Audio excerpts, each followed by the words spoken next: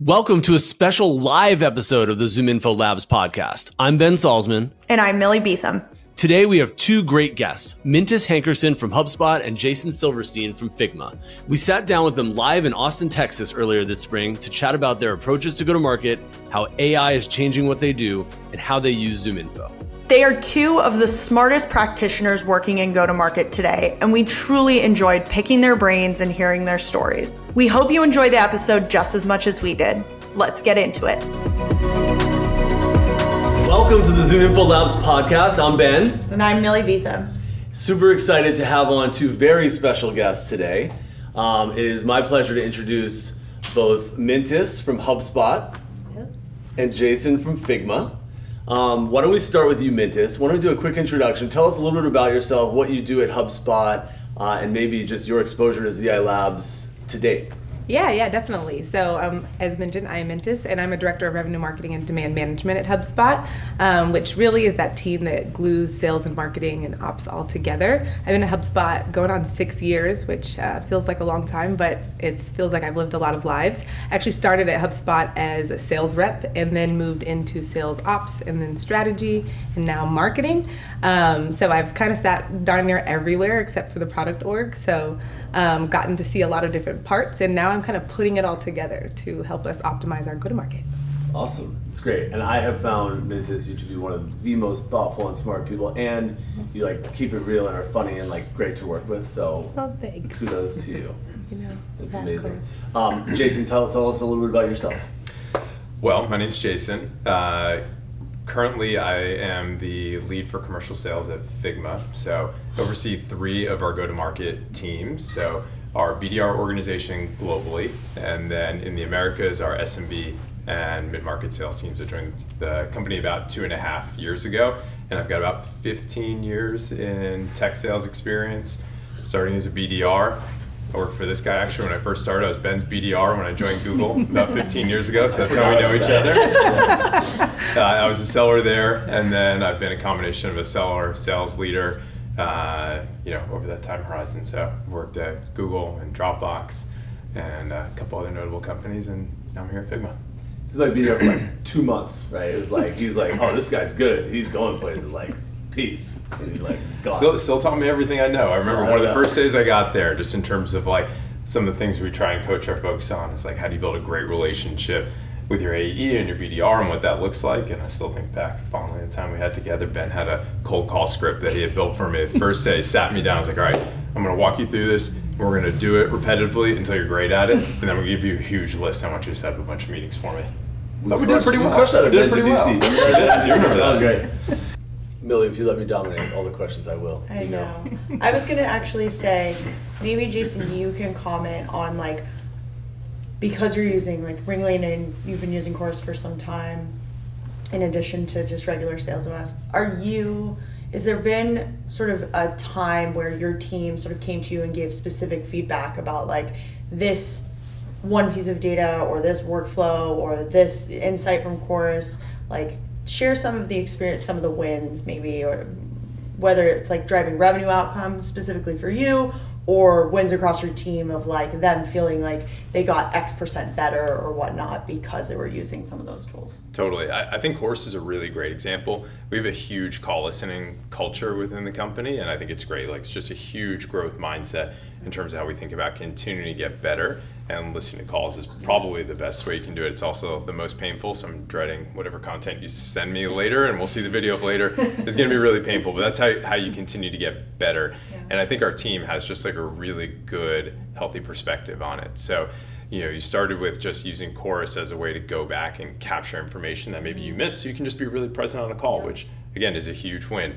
And then we moved forward into how do we use that as a coaching mechanism, right?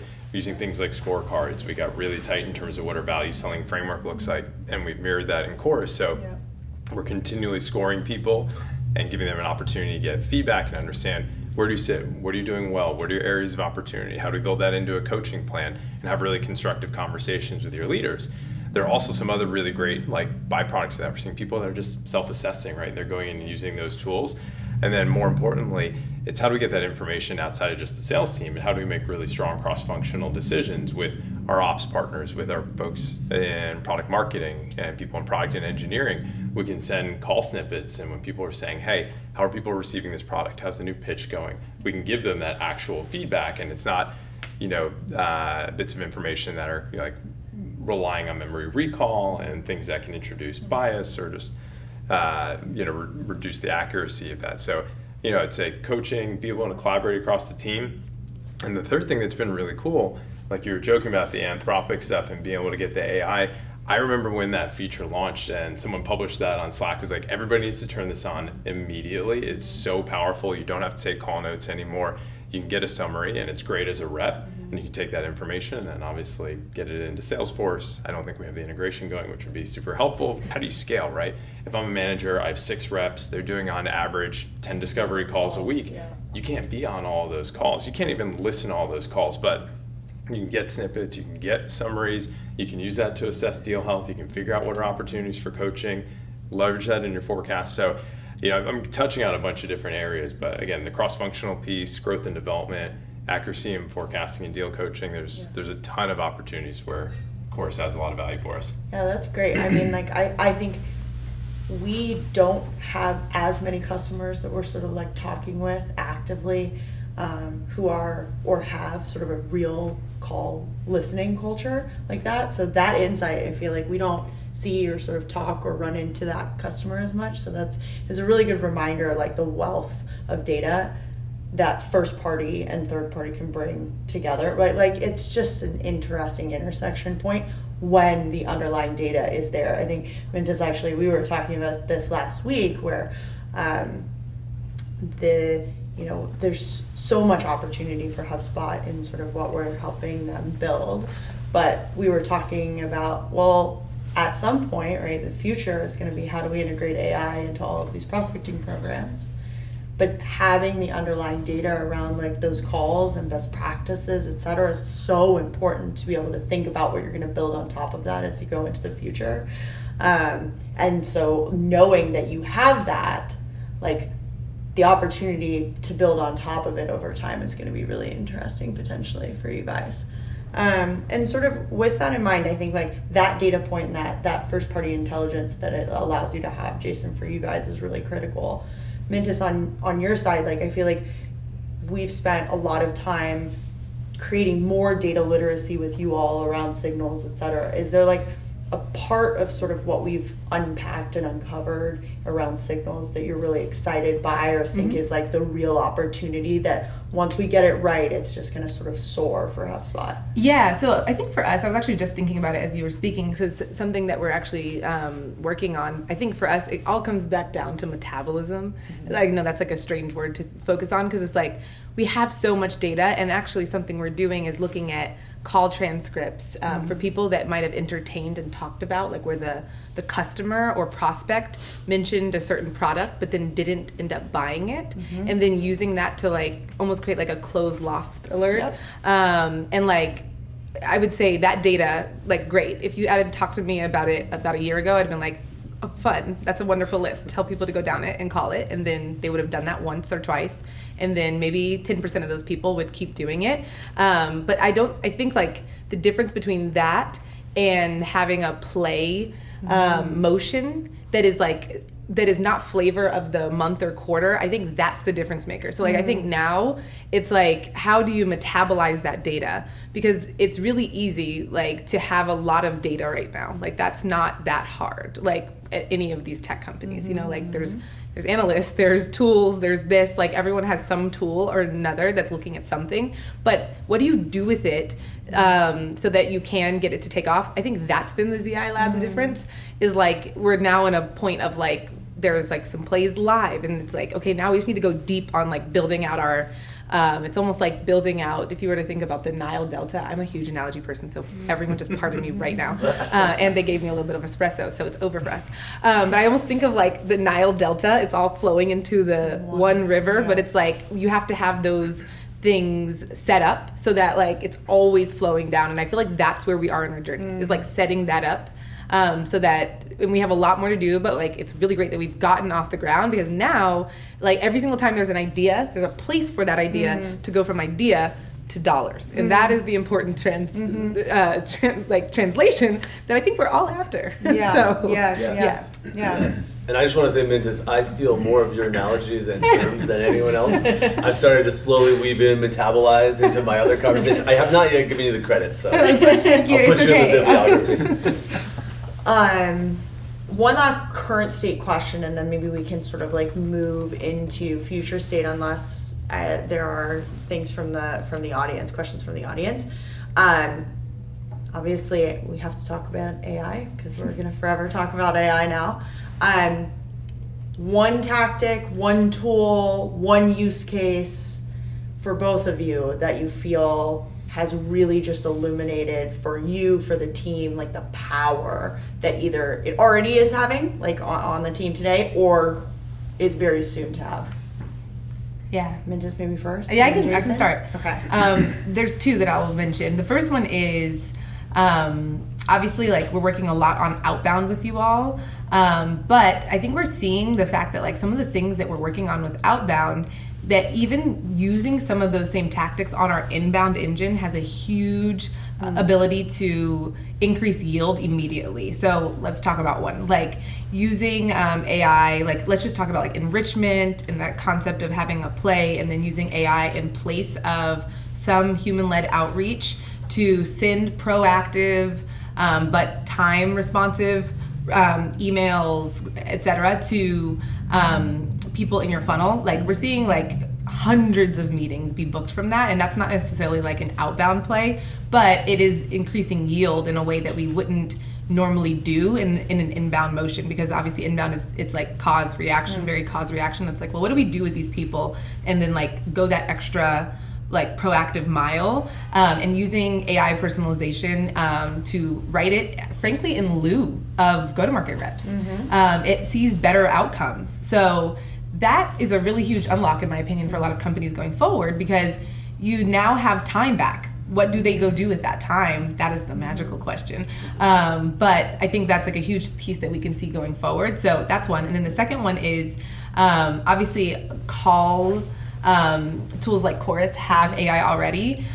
We've actually gone a step further and brought in very specific call summaries that are aligned to our very specific sales process. We like to be very unique at HubSpot, so we're like, I don't know if anyone would have the exact thing that we were looking for, so we actually summarize but then write the notes in context to how the sales reps do, and we trained prompts to do it that exact way. So like it really aligns to like our whole methodology for our sales process. So I think those two, and creating and moving pipeline through, and really like aligning it to how the reps work, have been pretty huge unlocks. Yeah, so that's far. really interesting. Yeah, the alignment to the sales methodology of the notes. Jason's like, all right, ZoomInfo, figure it out. we talked about that a year ago, so if you figured it out, maybe just need to call It's HubSpot. a lot of labor, so I would just recommend That's telling not him. how this was supposed Just to go at all. kidding. Just kidding. I bet you all of these tools will have the feature set to customize it Yeah. very soon, where like the prompts will be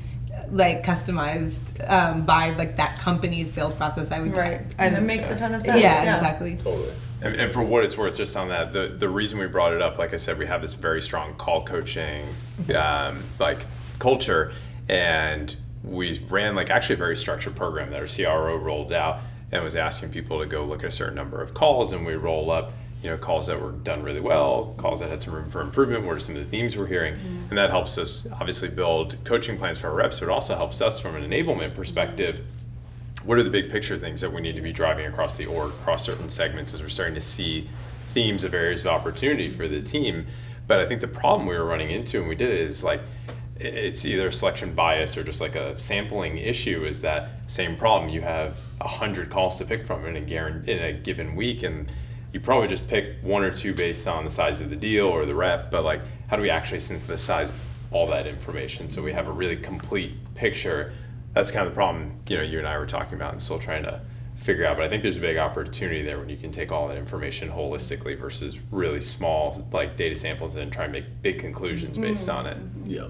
And to take it a step farther, you know, we go down the path another year or whatever. What are some of the, and we could probably name a million, but like, what are some of the challenges that are maybe going to pop up as part of this AI movement that folks are going to sort of like, we're going to YOLO it for now and then figure it out later? Like, what is the thing that you're most worried about longer term? I'd say probably two things. One just like inherently comes down to trust. I think people are still developing a sense of trust around AI. And like when you think about trust and like what that actually entails, there's accountability and there's credibility and then there's like intent and like having good positive intent. And that takes time. It's like there's not really a good answer to say like, oh, here's how we can develop all these things. Like you just have to continue to use it and then gain more confidence in it, and then like your quotient for all those things goes up and your trust goes up over time. So I think inherently like there's just trust. Like, are there tasks that I would just entirely turn over to AI today? Probably not. We would still have somebody looking, doing QA, other things against it. So until we get to a point where there's like full handoff, full efficiency gains from it, I think that's probably one of the things. The other one is like inherently has to be cost, right? Like if you're just looking at what has happened, and like this is maybe too macro, but if you're looking at what's happened in data center power consumption, and then like what happens with that, all that cost is going to get passed back on to customers, and like that data set is going to grow at a very rapid clip. And I remember when we were at Google, we used to talk about like, oh, the amount of information on the internet, you know, today it doubles like every week or something crazy like that. And if you think about what's happening with AI, it's probably going to take that and have a massive multiplicative effect. So it was the early days when people started using infrastructure. I remember people would use GCP or Amazon. They'd build an application to get a ton of usage, and they would get their bill and they would have that oh shit moment. They're like, oh, I didn't know what I was signing up for. I think that's potentially around the corner too. Is like, this is a really powerful tool, but the ROI has to be there. Like you have to find ways to selectively control the cost, because like you can have runaway really, really quickly, and then the investment gets upside down. Or you don't know, like there's a whole level of like learning and skill set around that too, right? You've got to teach a whole slew of AI engineers how to manage those costs and understand that those are potentially coming. And maybe those look different, maybe they look the same as how you manage a data center and all of your sort of overhead, your general overhead. But I think there are going to be gotcha moments, right? We've been talking a lot about these like multi-model, like building like in a multi-model way so that the lesser powerful models are used for the right types of prompts versus the much more complex, right? Questions and prompting, you're using a different model. How do you manage and structure that when you're trying to think about costs? Nobody's done that before, so it's all new and people are learning on the fly, and there are going to be these gotcha moments, absolutely, for businesses thinking they're doing an incredible job of that, but not yet. Mintis, what about for you? Just really quick on the Yeah. future proofing some of this. Yeah, I was actually just telling someone this yesterday. I'm like, I've learned, I haven't been in tech for as long as some people have, but I've learned that everything is cyclical. And people don't want to always hear that, but I feel like we're all living a little bit of it right now. And I think we're all like, we're in a gold rush moment. And obviously you can look for gold or you can sell shovels, and there's two kinds of companies doing that kind of at the moment. But I think like we're all rushing to try to figure that out. But like, what happens when we succeed? I actually don't know. Like, efficiency is always at a cost. Right. Like we know that. Like when it was hiring efficiency, like we were getting the output, but like there was the cost of how much we hired to do it. Now we're all figuring out a different way, but then there will be a cost there too. Right. And I think that cost is going to be what happens when our buyer still requires human or prefers it. They never like, because that's what will happen eventually. Like everyone right now craves efficiency and whatever that means to a customer and the information, but like everything swings back, you know, like eventually we'll all get so good at that efficiency that everyone will be like, I kind of miss that extra flavor that wasn't there, you know? And then everyone will, exactly, and everyone's going to probably like go back to like, well, what does that look like? I don't think it'll be a return to full-on normal, but I do think there will be some version of that. I don't think we're thinking about any of that in tech at all right now. No one cares, to be honest, right now. Yeah, exactly. Exactly. And I think that's something that I'll probably be having this conversation in some kind of years of like, how do we infuse personality back, or how do we give AI personality or something of the nature? I'm sure that'll be. I want to open it up to the audience. Probably lots of questions sparking for folks. We'll touch on a few things at the end before the big unboxing. But folks here in the audience, what questions do you all have? I have a question on like overlapping tech, and you sort of like talked a little bit about that already, but like how do you think about like when you're evaluating tech and like all of like the overlapping features, how you're currently doing that evaluation and like how you're thinking about how that fits into your like current like go-to-market processes? That's a good one. I'll take that one if you don't mind, because I have please. tons of that. I focus on what do I need to solve for, and am I solving for speed? Am I solving for cost? Or am I solving for a functionality? Like, because I think at different times you have different priorities. So I also think that like I'm coming at it from like working at a large company, that I do have a lot of resources. So I think this answer would be different if I was working at a 10-person company.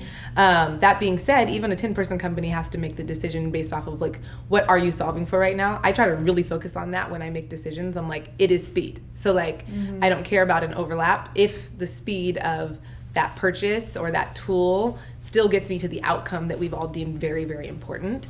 Because at the end of the day, like, you don't have to use certain things forever, you know? And that is the reality. And I'm sure like no company wants to hear that, but it's true. And that's actually fine. I think relationships between vendors, companies, et cetera, should always be mutualistic, and they won't always be forever. Both sides, you know, companies won't find their customer, like, be like, no, actually it's more efficient for you to go somewhere else for both of us. So I think it's about just making sure that you understand what you're solving for in that moment. And then sometimes the decision is to not buy it because the outcome is just not valuable enough to justify it. But when it is, it's worth the overlap or the duplication, et cetera, because it might just solve it in a different way. Any additional comments there? Not really. I mean, I think the main thing that comes to mind when I hear that question is like you're considering somebody who probably has a platform, and I think like, you know, we used to sell against Microsoft very frequently, and Microsoft has a tool for everything. So are you better off buying the bundle and the platform technology, or do you need a bespoke or a niche vendor who can solve this problem in a much more productive way? And I think you summarized it really well. Like when we talk to our reps about like the deals they're working on, and we use the MEDDIC framework, we're like, all right, why is the customer going to buy our tool? Why are they going to buy Figma or one of our products? And ultimately we try and ladder up to a metric. And like in the classic MEDDIC definition, it's you're going to increase revenue, you're going to decrease costs, or decrease risk for the business. And I know it's an oversimplification of it, but ultimately if you can do one of those things in a way that moves the needle more than the cost of the tool or the solution, it's a good chance we'll at least evaluate it and look at it. And then, like you said, it's an ongoing evaluation. And then all these products and platforms change, and the competitive bundle might get good enough that, like you said, it's time to just move it over into that solution. But yeah, I think it's really interesting. The other thing that resonated that you were saying earlier was the cyclicality of the way technology purchases happen. And if you think about 20, 30 years ago, right? You were a Microsoft shop, you were an IBM shop, you were an Oracle shop, and you bought full stacks, you bought things top to bottom. And then over the last 10, 20 years, there's been a ton of specialization in vendors and tools, and like the whole go-to-market ethos has been specialization. Go get the best vendors, go stitch together a tech stack of all best-in-class things. And then now as we're having this big return back to efficiency, it's consolidation. How do I work with fewer partners? How do I go deeper with them? How do I get the most out of solutions they're already providing to me? And where's good enough versus where do we need great? And thinking about those trade-offs. So I just totally agree with you. Love it. Let's do one more question from the group here, and then we'll do our unboxing. I have one more. Let's do it. If no one else, I want to just. I can maybe piggyback off yours. Okay.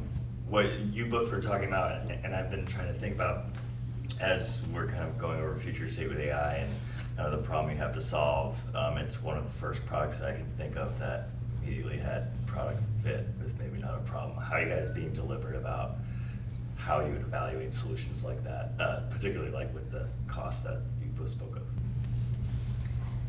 Business outcomes, I think, are probably the most, like, it all comes back down. Business outcomes, you could ask me what I want for breakfast, I probably would just tell you business outcomes. So like someone needs to deprogram me, so sorry about it. However, it really does come back to that right now. I was listening to some podcasts and someone was talking about like how to incentivize like work to get done, and I think for a minute there, back to the cyclicality of tech, we were focused on results, initiatives, programs, I think. Because we had the luxury to be. in the last couple of years in tech. And I think now, in a little bit of a scarcity world, you have to get really, really maniacal again about outcomes. And of course, we were measuring before, and everyone always had their ROI, but I think it's really different when you're like, actually, I don't want just ROI. I want this situation to become real. So I think now when you're like evaluating things, you're not looking like I very seldomly, like I'm always trying to be sold to, like, you know, on LinkedIn, and I'm like, I don't even think of the problem only. I'm only like, for like, I don't really care what any vendor tells me they solve, to be very honest with you. I'm always thinking about, do I see it on as like the 1, 2, 3 to point B of my outcome? So I think, and does it fit into how much I'm willing to spend for that outcome? And I think if we look at it through those two lenses, like, it allows you to make a decision that's like very malleable. But I don't know if that answers. Really appreciate everyone joining. Really appreciate having both of you on. And I'll just say, as we're closing here, and I can take this. It's huge. The companies that you all have built are truly two of the best companies in the world. I'm not saying that because you're up here. I'm saying it because it's true, right? Like, these are companies that are worth many, many billions of dollars, have amazing communities, amazing brands, and best of all, amazing people that you all work with every day. So, as a public company that's big itself, like, we look up to you all and the companies that you built. So having you here today at the offsite means a lot to us. Thank you. Thanks We didn't for build having anything, but I'm happy to be a part of it. Yeah. I read the news, Jason. You all built something. Thanks, guys. Really appreciate having you on the podcast today. Thank you. Thank you. Thanks so much for listening to this episode of the ZoomInfo Labs podcast. For more from ZoomInfo Labs, subscribe to the show on Apple, Spotify, or wherever you get your podcasts. You can follow me and Ben on LinkedIn and visit zoominfo.com/labs to get in touch.